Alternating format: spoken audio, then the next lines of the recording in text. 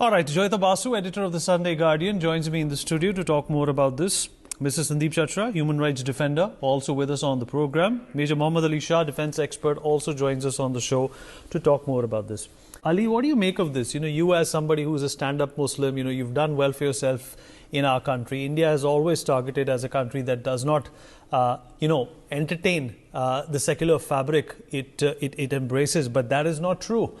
How do you feel about what's happening in Europe? And Mr. Chatra obviously made some commendable points there that Europe does not have the standing or that kind of a goodwill to be talking about Islam in the tone that they have just started to. And is this going to spell further doom for Europe? They're already in denial when it comes to their economic woes.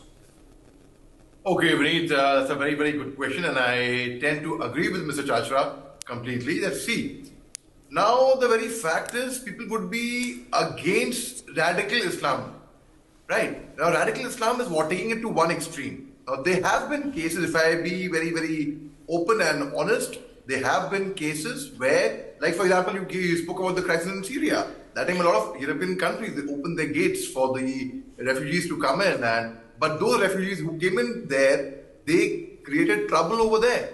They were in Ali, the point that these leaders are trying to make is that Islam had it coming. They went about preaching and imposing Sharia, and they threatened to do that in Europe as well, and that is the reason why they're condemning it. I want you to respond to that. So that's exactly where I was coming at. So I said, like, for example, in UK, there were certain people who went there and started talking about Sharia law over there. And who are they, firstly? What? I mean, are they the ruling government? Are they the ruling power? Now, I'll give you a small example, Vineet. I have just returned a few days back from Azerbaijan, which is a Eurasian country. It's on the east of Europe and west of Asia. They follow primarily European culture. Majority of them are Muslims, but yet they do not say we are an Islamic country, we are a Muslim country. No, they've never said that.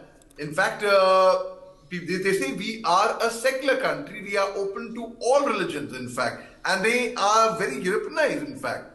So the very fact is, so as Muslims also, there is a need to do some set of introspection that why such a comment was made. Instead of just, it's very easy for me to get angry and hastily react to that comment, or anybody else to react violently to that comment, which should not be the case. Rather, one should try to understand why a strong statement, a loaded statement like that was made. Where was it coming from?